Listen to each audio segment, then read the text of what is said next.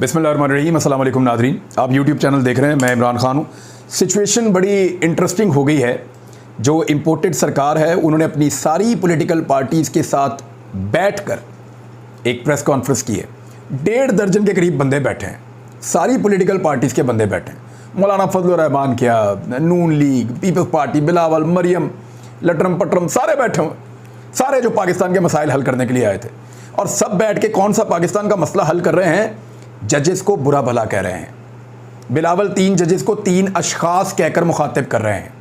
और ये वही 3 जजेस हैं जो उस बेंच का भी हिस्सा थे जिसने इमरान खान के खिलाफ फैसला दिया था 7 अप्रैल को। और उस वक्त ये सारी पॉलिटिकल पार्टी, जितनी शक्लें आपको इस एक तस्वीर में नज़र आ रही हैं, ये जो सारे बैठे प्रेस कॉन्फ्रेंस कर रहे हैं, ये तमाम के तमाम उस वक्त जो है वो अदलिया की तारीफ़ें कर रहे थे। इन जजेस को सर आंखों पर बिठा रहे थे और यही तीनों जजेस उस बेंच के अंदर थे शामिल। 5 जजेस थे वैसे, ये 3 उसमें शामिल थे। फुल कोर्ट क्यों बनवाना चाहते हैं? चीफ जस्टिस ऑफ पाकिस्तान ने उसका एक जवाब दिया है, वो मैं आपके सामने रख देता हूं। उन्होंने कहा फुल कोर्ट जो है वो सितंबर से पहले नहीं बन सकता। अगर आपको फुल कोर्ट बनाना है तो वो सितंबर में बनेगा। तो क्या सब काम रोक दें? हमजा शहबाज को वज़ीर आला बरकरार रखने के लिए ठोस शवाहिद दरकार हैं। पंजाब में ज़्यादा वोट लेने वाला बाहर और कम वोट लेने वाला वज़ीर आला है। ये तो इस वक्त सूरत हाल बनी। और केस कितना सादा, मैं आपको एक मिसाल दे देता हूँ। 2 + 2 4, यानी 2 + 2 4, 2 + 2 4। ये सिंपल एक चीज़ है जिसके ऊपर अदालत में केस लगा हुआ है। अब अदालत कह रही है जी हर जगह लिखा हुआ है कि 2 + 2 4। आपका डिप्टी स्पीकर कह रहा है कि 2 + 2 5 है। बताएं कहाँ लिखा हुआ है? तो वो कह रहे हैं नहीं, ये फैसला आप 3 लोग नहीं करेंगे, ये फैसला फुल बेंच करेगा। यानी फुल बेंच से फैसला कराना है कि 2 + 2 4 नहीं होते, 2 + 2 5। वो कहना तो उन्होंने भी 2 + 2 4 ही है, 5 तो वो भी कभी नहीं कहेंगे। सबको पता है कि किसी जगह पे आइन के अंदर या अदालत के फैसले में ये नहीं लिखा हुआ कि पार्टी हेड जो है वो डिसाइड करेगा कि मेंबर किसको वोट दे और किसको ना दे। हर जगह लिखा हुआ है कि ये जो डिसाइड करेगा वो पार्लियामेंट्री पार्टी करेगी और पार्लियामेंट्री पार्टी का ही फैसला होगा। अब जो चीज़ कहीं पे लिखी नहीं हुई, जिस चीज़ का कहीं पे इशारा भी नहीं है, जिस चीज़ का कहीं पे किसी ने कहा भी नहीं है, उसकी बुनियाद के ऊपर एक रूलिंग दे दी डिप्टी स्पीकर ने।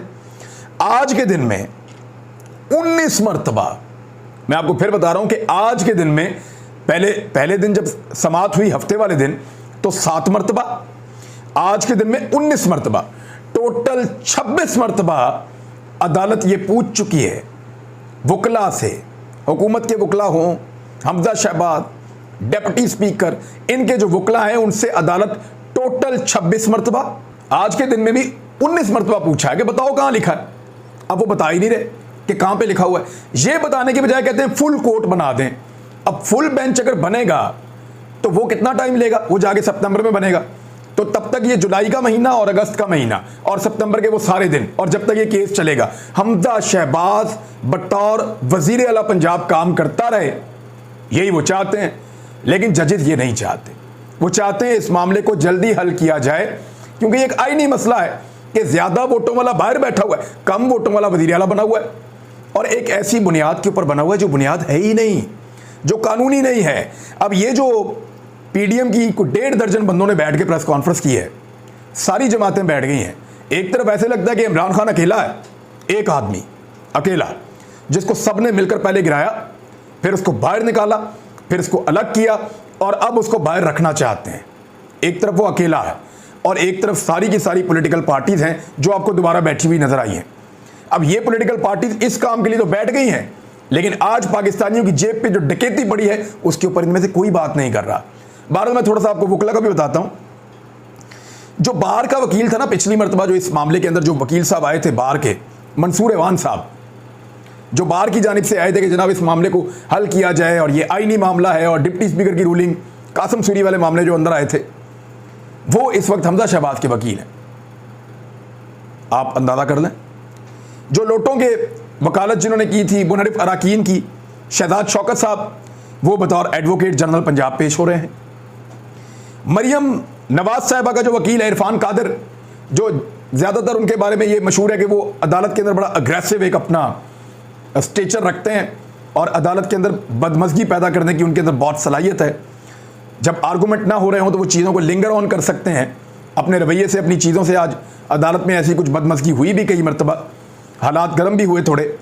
तो इरफान कादर, मरियम नवाज़ के वकील, ये इस वक्त दोस्त मज़ारी के वकील हैं।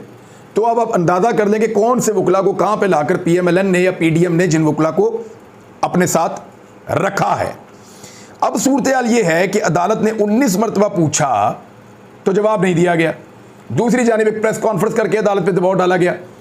अदालत ने मुस्तरद कर दी है PDM की जमातों की यह दरखास्त कि फुल कोर्ट बन सकता है।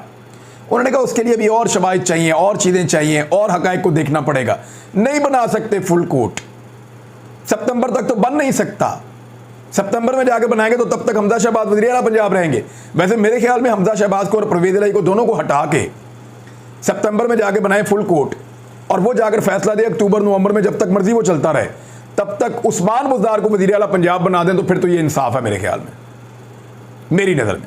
यहाँ पे बहुत सारे सहाफ़ी एक्सपोज हुए जिन्होंने बड़ा रोला डाला, बड़ा शोर मचाया, जजेस को गालियाँ दी, उनके ऊपर तौहीन की, उनके ऊपर हमले किए। लेकिन देखें, ये फैसला किसी के खिलाफ भी आ सकता है। ये फैसला नून लीग के खिलाफ आ सकता है, हमजा शहबाज के। ये फैसला परवेज़ इलाही के खिलाफ आ सकता है। जजेस केस को सुन रहे हैं, लेकिन आपने गौर किया कि परवेज़ इलाही या उनकी इत्तेहादियों ने कोई गालियाँ नहीं दी अदालत को, और नून लीग और उनके इत्तेहादी अदालत को गालियाँ दे रहे हैं। सोशल मीडिया के ऊपर उनके खिलाफ कंपेनिंग की जा रही है। बहरहाल चीफ जस्टिस ऑफ पाकिस्तान ने साफ कह दिया कि केस को मेरिट के ऊपर सुनेंगे। सोशल मीडिया के ऊपर जो कुछ हुआ उसके ऊपर भी अदालत के रिमार्क्स आए, लेकिन उन्होंने कहा कि अपने ज़मीर के मुताबिक फैसला करेंगे। 24 घंटे भी बैठना पड़ा तो फिर हम बैठेंगे। ये भी कहा कि आप शायद चाहते हैं कि आपके कहने पर फुल कोर्ट बना दें तो ठीक है, वरना नहीं। यानी इस किस्म की कंडीशन लगा दी है कि या तो फुल कोर्ट बनाए। अब राणा सनाउल्लाह क्या कह रहे हैं जरा उसको आप देख लें। राणा सनाउल्लाह साहब ने कहा कि फुल कोर्ट तश्कील ना दिया तो अदालती कार्रवाई का बाइकआउट कर देंगे। हमारी इत्तेहादी जमातों का मुतफिका फैसला है कि अगर फुल बेंच तश्कील नहीं दिया जाता जो जाके सितंबर में बनेगा, मेरे ख्याल में तो बनाएं फुल कोर्ट, फुल बेंच बनाएं, जजेस को बिठाएं, और तब तक के लिए उस्मान बुज़दार को वज़ीर आला पंजाब बना दें, तो हम अदालती कार्रवाई का बाइकआउट करेंगे। तमाम सियासी जमातों ने मुअज़्ज़ज़ अदालत उज़्मा से इस्तदा की है कि वज़ीर आला पंजाब के इंतखाब के मामले पर फुल कोर्ट तश्कील दिया जाए। इससे अदालत की इज्जत में इजाफा होगा। हमारी इस्तदा है कि नज़रसानी पटिशन और मुतालिका पटिशन सबको इकट्ठा सुना जाए।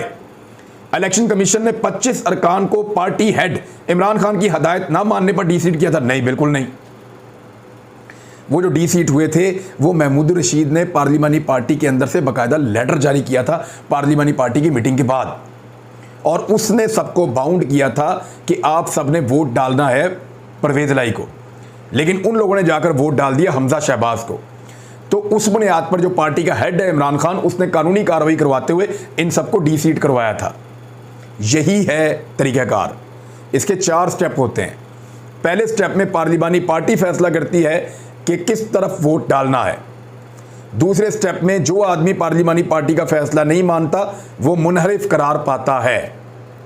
तीसरे स्टेप में जो पार्टी का हेड है वो उसके खिलाफ इलेक्शन कमीशन के जरिए से कानूनी कार्रवाई करवाता है डी-सीट करवाने के लिए, और चौथे स्टेप में वो डी-सीट हो जाता है। पार्टी हेड का काम सिर्फ इतना ही है।